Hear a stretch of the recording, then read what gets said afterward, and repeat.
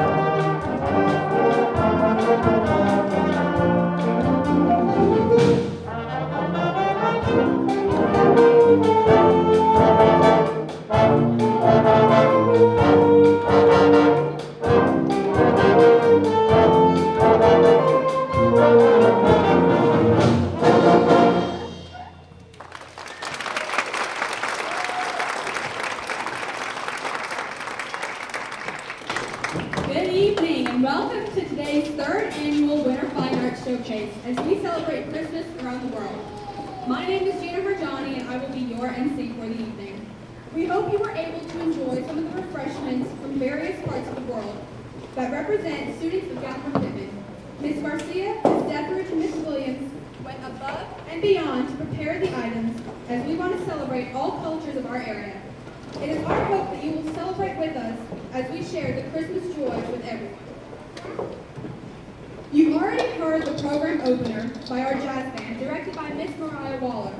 And now we will continue with the rest of the program, so please enjoy our Fine Arts Department display as well as they share the sounds of the season with you tonight. Thank you.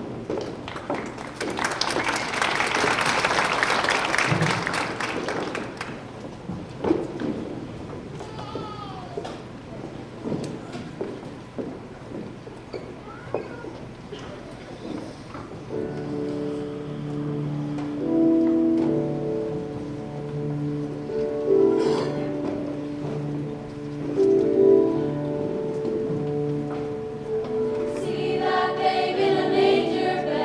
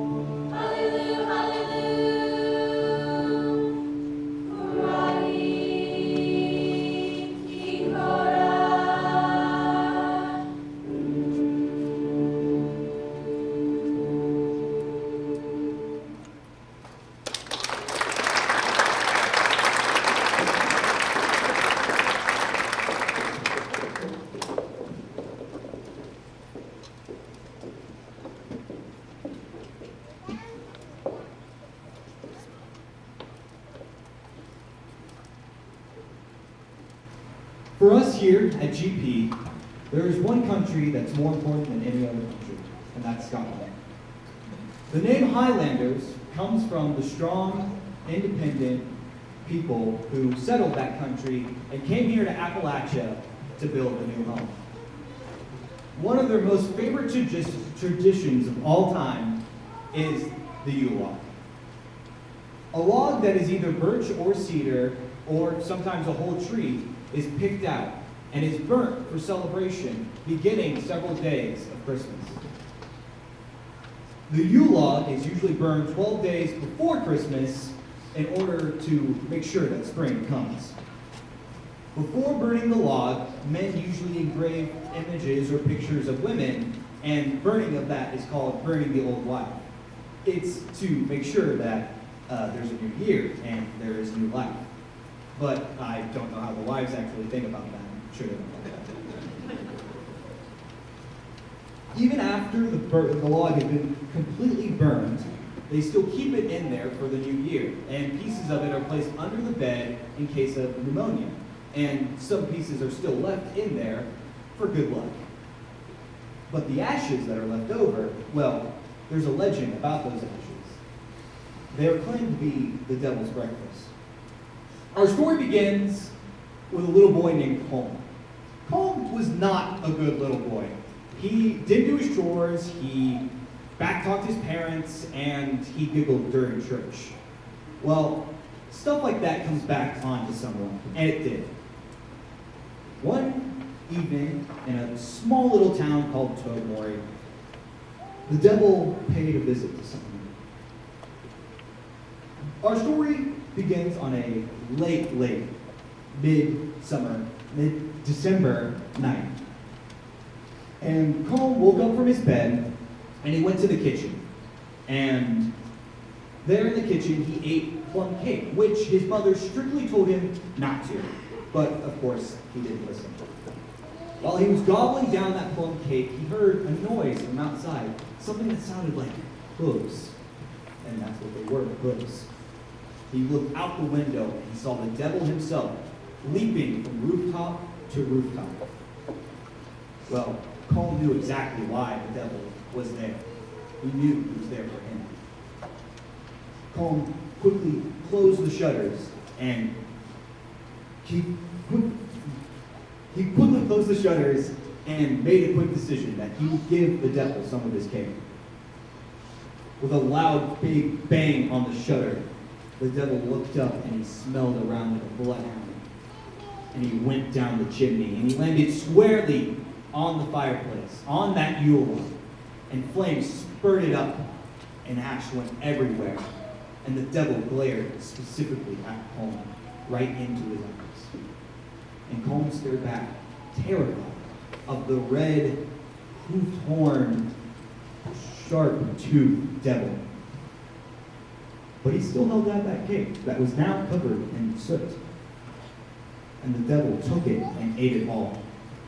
But he didn't care for the cake, not at all. He cared for the soot that was tasty and quite tasty. And he went back into that fireplace, and he ate up all the soot. He devoured every single last piece. But while he was doing that, he didn't realize that the sun was rising. And when those golden rays hit the devil, he vanished. He went back up that chimney. And Colm was safe that day. And then from that point forward, it's been said that good ash that comes from the Yule log can protect the home from the devil itself.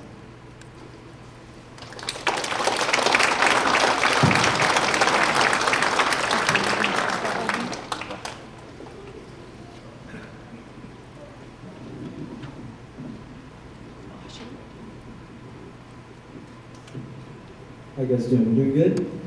Enjoying that?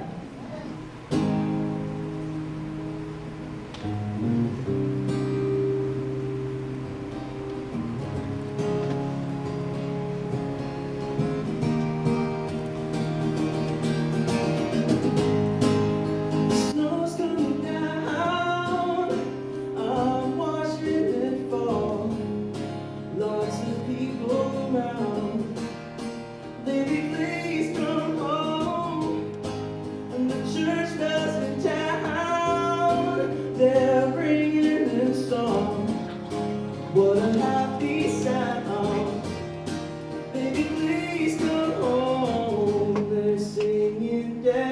halls, but it's not like Christmas at all.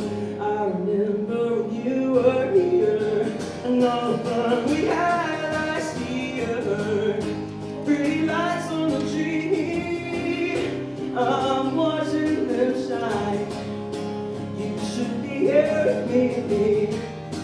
Baby, please come home. Oh, baby, please come home. Baby, please come home.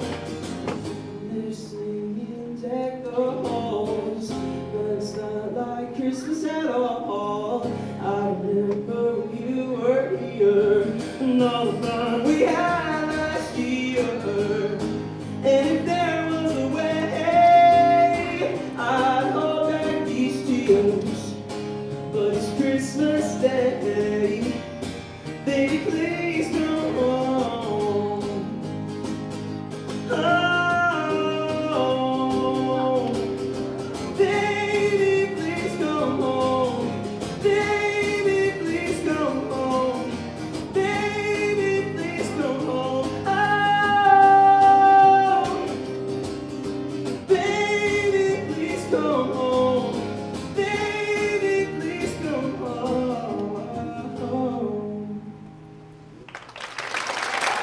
Thank you.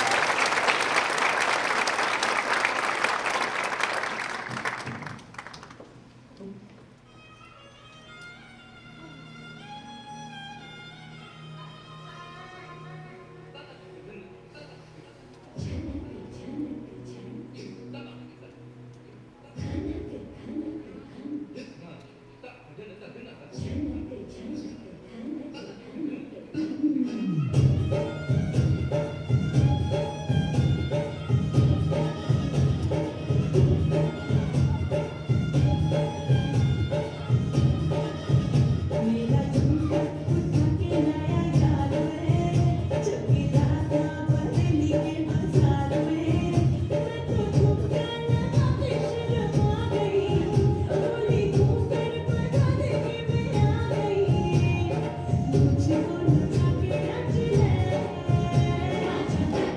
नाच ले मेरी याद, नाच ले छनक छनक छनक।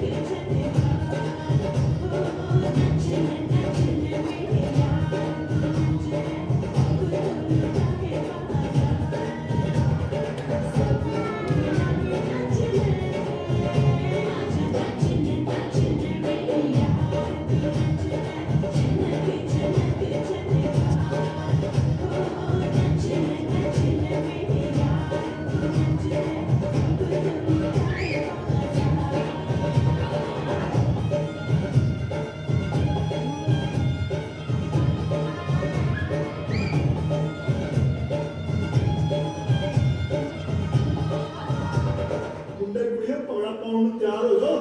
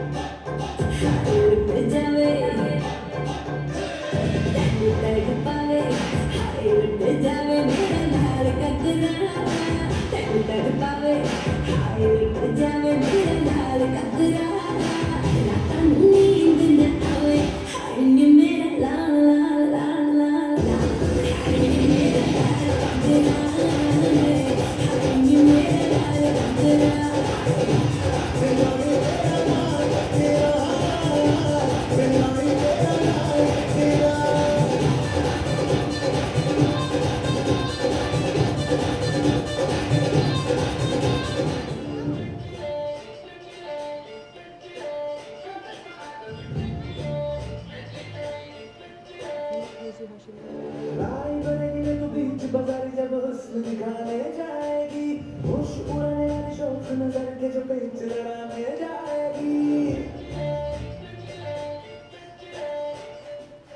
राई बरेली में तो बीच बाजार जब हुस्न दिखाने जाएगी, होश उड़ाने वाली शौक नजर के जो पेच लड़ाने जाएगी। ये कचरा से बच के ना, तेज हवा से बच के रहना, गिर जाए तो फिर ना कहना झुमका गिरा रे। What chunga? What chunga?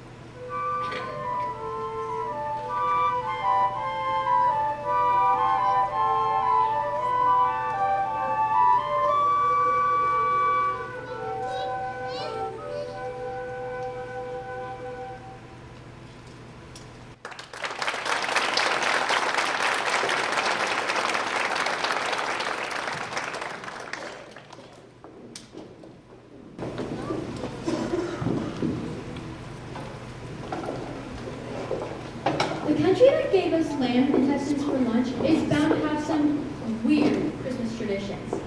One that comes to mind is from the Isles of Orkney. The businesses will board up their windows and doors, and on Christmas Day, the men from Ooptoon and Rooptoon will all meet up in the center of town and get on opposite sides of the street. In between them is a heavy ball with a cord at the center. They will kick this ball around all day. To win this game they have to kick it to the north side wall or the south side bay. Are there any rules? Of course not. It was a mix between soccer and war. Now, if this isn't Christmassy for you, just wait until you find out how this tradition was made. Centuries ago, Orkney was an untamed place. Small villages were liable to be attacked by other villages' chieftains. One in particular was so vicious. His name was Tusker. They called him this because he had such a big tooth, it stuck out of his mouth. He had a huge red beard and rippling muscles. He usually attacked small villages at the tip of the island, usually causing bloodshed or stealing supplies they needed. Well, one day, there was this young man named Fergus, and he was tired of this. So without a plan, he took him and his horse on a 3-day trip to Tusker's camp. Then he charged Tusker's tent. Tusker was so surprised and came before the opening to slice his head right off. The boy was so happy, he quickly put it back on his horse and headed straight back to town. He rode like the wind. He rode so fast, in fact, he didn't realize that the tooth was digging right into his leg. This cut became raw, and then it soon became infected. The boy then made it back to town. When he made it back to town, he held the head right above his. He was so proud. But then he collapsed and died from the infection. The townspeople were so infuriated that they kicked that head around all day. Now, Orkney celebrates this tradition every year with, thankfully, just a ball. This is how Orkney became most known for their unusual and slightly violent Christmas traditions.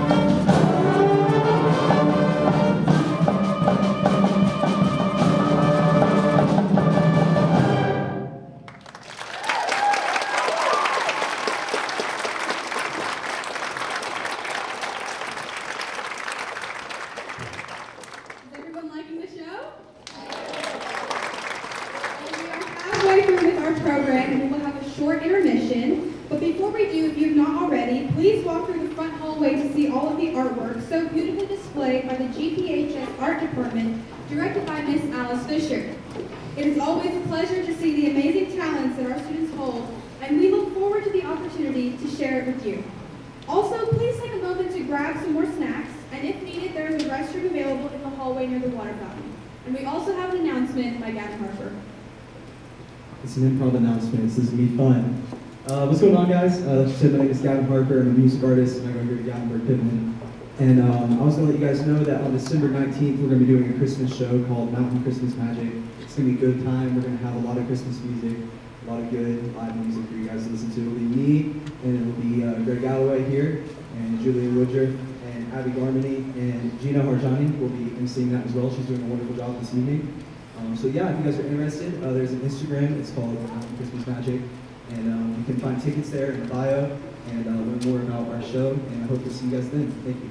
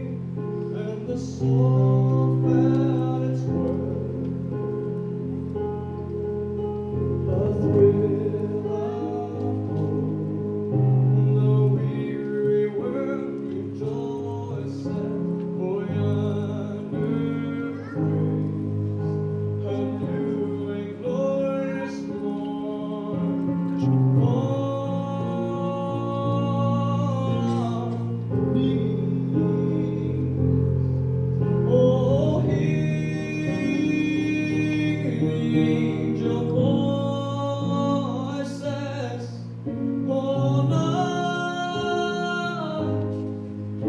divine,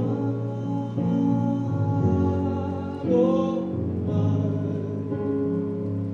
when Christ was born, all night, divine, oh night.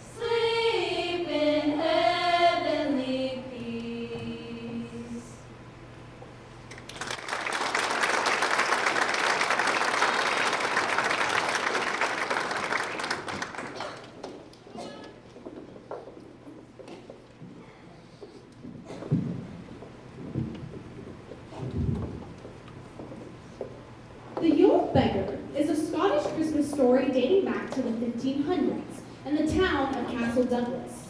An ancient Galloway tradition says that St. Ninian, or St. Ringan, would return to help those most in need on Christmas Eve.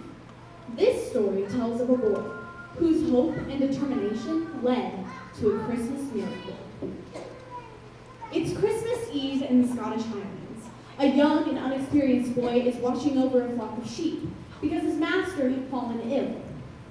Alone, the boy looked to the sky and saw that the afternoon was already fading. His master had left strict instructions that all of the sheep must be in before dusk, due to the winter weather and the wild animals. So the boy rose and went to fulfill his duty. So he soon had all of the sheep penned up and stayed for the night, all except for one ewe. He searched and he searched, remembering the shepherd's warnings, but he could not find that last sheep anywhere. The light dimmed, and the purple light of dusk sank beneath the west. Yet the boy continued on. After hours of wandering in the darkness, the boy gave up. In defeat, he walked back and sat next to his little dying fire. When the moon rose, he decided, he would go out again, though he had little hope for finding that lost sheep. Suddenly, the boy thought of St. Ringan's well, which lay just a little distance away. People in times of trouble would go to the well and enlist the saint's aid. And it was Christmas Eve, the one night the saint was rumored to appear to his most faithful. The boy stood and looked around for something to give to the saint, but he had nothing. All he possessed in the world were his few poor clothes and his dinner, hardly a gift for a saint. Besides, he was hungry. Still, the boy needed to find that lost sheep, and he needed help. The boy walked in the darkness to the well, setting his dinner on the rough stone edge. Then he kneeled and begged St. Ringan to help him find that lost sheep. When he stood, nothing happened. Then the boy took one last look at his supper longingly, turned and began to walk away, when suddenly the boy heard a noise. He turned and saw a thin, ragged beggar man sitting on the edge of the well eating the dinner. The boy began to protest. He had left his supper there for a saint, not this old man. But then the boy thought, since the saint never showed up anyway, the poor hungry man could have it. The beggar waved the spoon at the boy. "It's a grand night, laddie," he said. "I wish it was," said the boy, "but I've lost one of my master's ewes. It will be killed or will stray so far that I will never find it." "Don't you worry," said the beggar. "He's not far. You'll find it in a ditch, caught in a bramble bush just beneath those trees over there." "No," said the boy, shaking his head. "I won't. I've been along that ditch a dozen times, and she's not there." "Well, that's where you'll find her." The boy sighed, but followed the beggar man to the ditch, and to his astonishment, there in the brambles was the ewe. Once the boy and the man had pulled the sheep from the brambles, the boy turned to the beggar in thanks. "Will you not stay here for the night?" said the boy.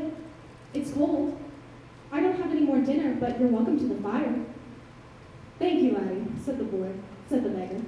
"It's a kind offer, but I'm afraid I must be on my way or I'll be late." "Late?" said the boy.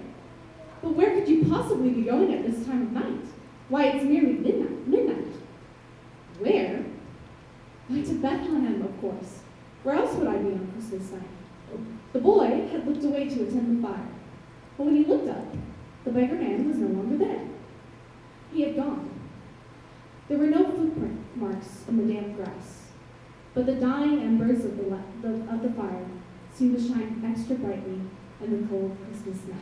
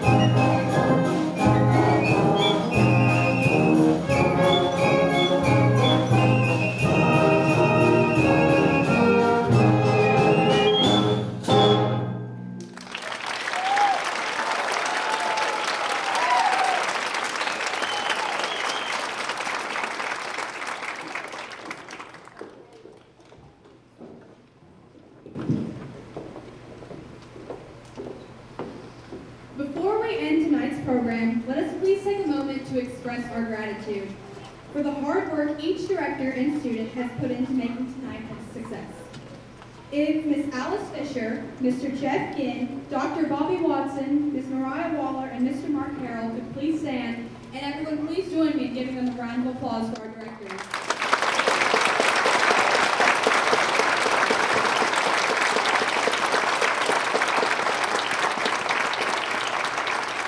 We would also like to thank our tech crew who always does an excellent job. Up there we have lights for Kappa Banks. Running the music is Amberlyn Greer, and operating the spotlight is Natalie Allman. If you could please give them and the rest of the students a round of applause.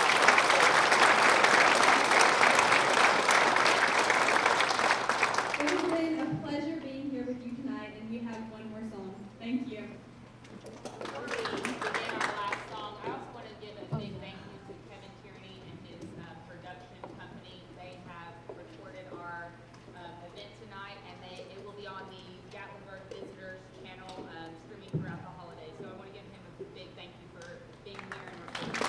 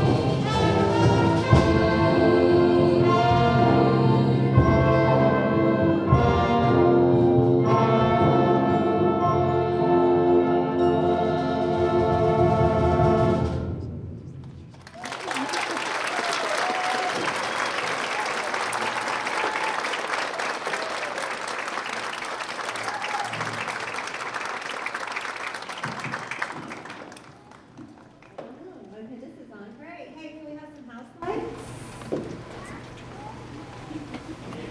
There you go. Thank you guys so much for coming. It's always a joy when we get to showcase all of our fine arts here at the school.